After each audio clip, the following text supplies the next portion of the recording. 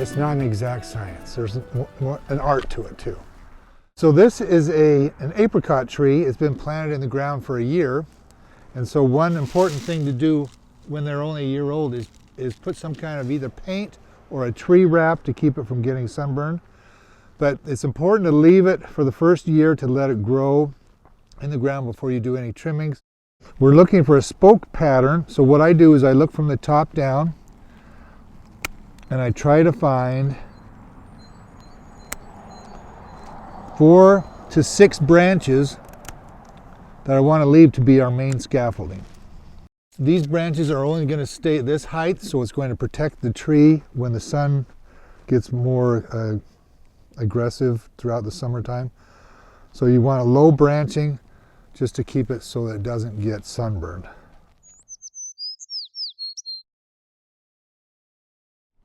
Typically our apricots, unlike peaches, we probably won't thin. So the reason is because they're smaller, they don't weigh as much. So we want it to be wide, so things that are going back towards the middle, we want to take out. Things, again, water sprouts are going straight up. We don't want a lot of that. Okay, so here we have 2 branches are growing together. So one of these has to go. I like this one better because this one already has a lot of branches on it. So we're going to take this out. And this tree is done.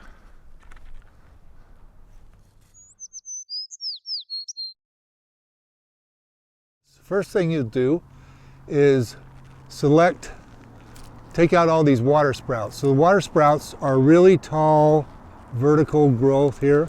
The peach trees you generally will trim more aggressively than any other tree, except for maybe pomegranates. This branch is wide, this branch is wide. I don't need this branch back in here, so I'm going to use a saw to cut this branch. And I'll show you as if this was a larger branch, the 3-cut method, where you go in 1/3 of the way into the wood on the bottom, then outside, about 1 inch outside, you go on the outside, and then if it's a heavier branch, it'll just break like that. Then we make the final cut back in here. The reason that you have to prune peach trees heavily is because the fruit is big and will break the branches.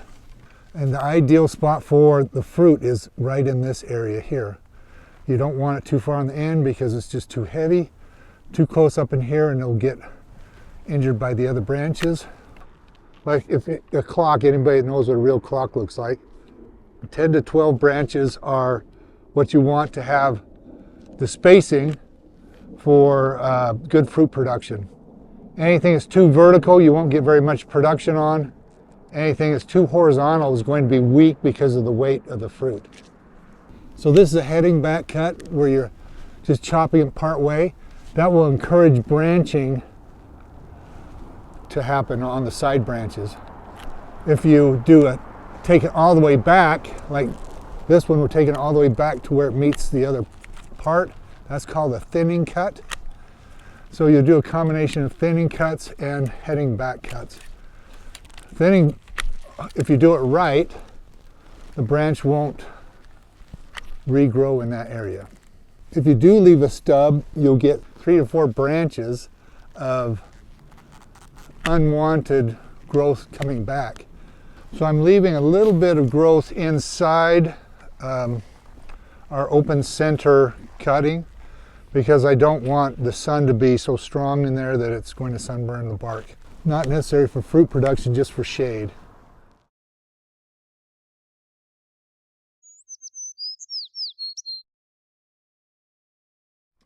So as far as pomegranates, they are really pretty easy to grow and they can tolerate the nasty summer heat that we have. So we want to cut it as close to the ground, as close to the root, if it's coming off the root, as we can, because if you leave a stub, what's going to happen? It's going to branch, and then you, instead of 1, you're going to have 5. You're going to have to get your loppers into the ground. Make sure you have eye protection. when you do this because they really are kind of dangerous. See, this one's curving over and coming this way. That's funky, and not in a good funky way.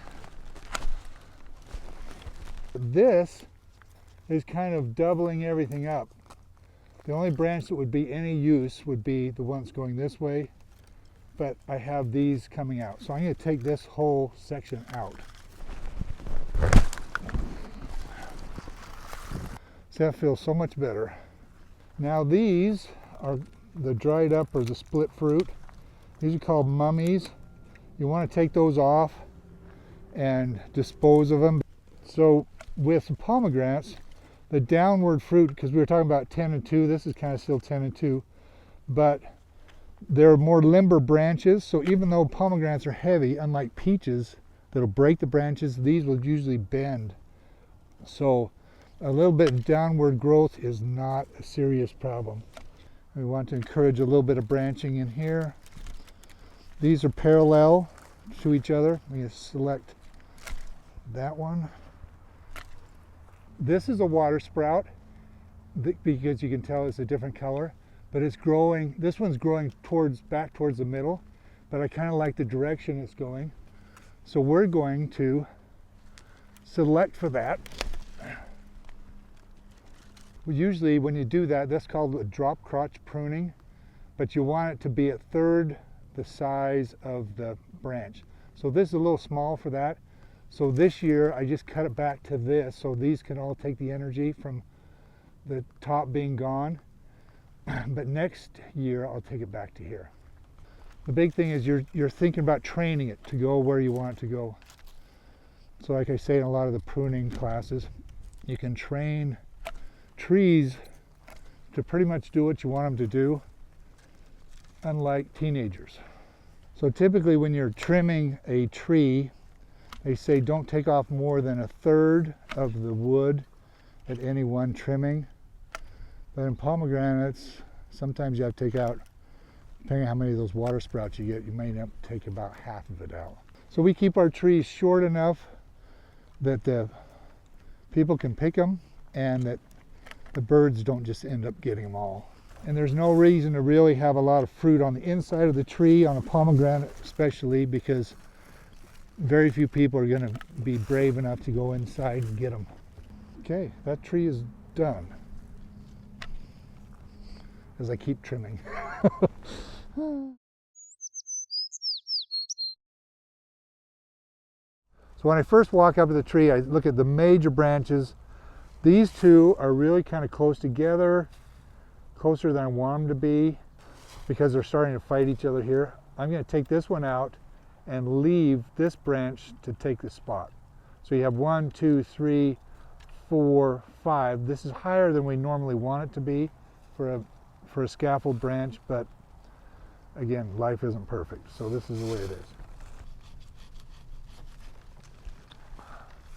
So with apple trees trimming in the desert, you need a lot of foliage. So we're going to do a lot less thinning because all the apples that are produced on the outside edges of the trees will be sunburned if we don't. And you can see, even though these trees aren't very old, I have some borer damage right in here.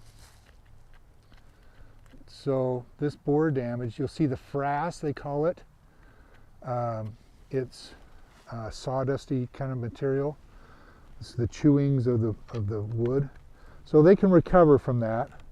But so you can see where they've compartmentalized over that.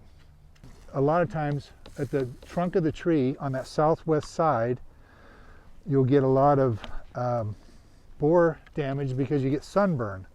So they call it a southwest injury. And because of that, we cover them, and they're expandable so they don't girdle the tree, but they help protect it until it gets enough foliage that it's going to protect itself. They don't want to be here. They want to be somewhere cooler, like in Washington or Oregon. Okay, this tree is done.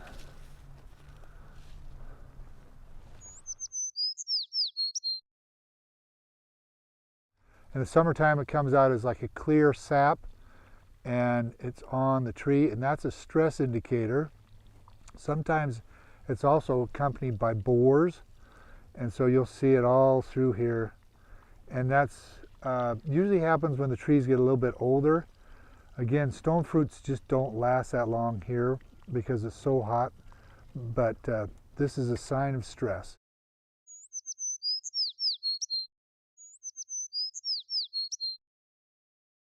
I probably wouldn't have bought this tree. The main leader is dead as well, so this is the side branch that's going to have to be the main leader. So we're going to remove the dead here. You can see obviously really dead. This part was dead as well. So this is assuming that the tree's been in the ground for a year, right? But we want some kind of a leader to take over going this direction. So let's do this for now, because there's a bud right here that will probably take off. This will encourage branching. So you'll see there's a branch bark collar right here. There's a ridge right there. We want to cut that a little bit shorter, so you want to be just right about like that with a sharper pair of loppers. But we want to select again our main scaffolding branches. And right now, we don't really have any good candidates for this side of the tree. So one of these, this one might have to be one of the branches, and then maybe this one will develop into that. And then, because this is our new central leader, because the old central leader died. So we're going to encourage as much as we can over there. And also, in the meantime, I would plant it so that this side is on the southwest side, because it's going to shade the trunk better. Make sure you put some tree wrap, because if it's anything on this side is going to be really unprotected from the sun. So for right now, that's all I would do on this tree.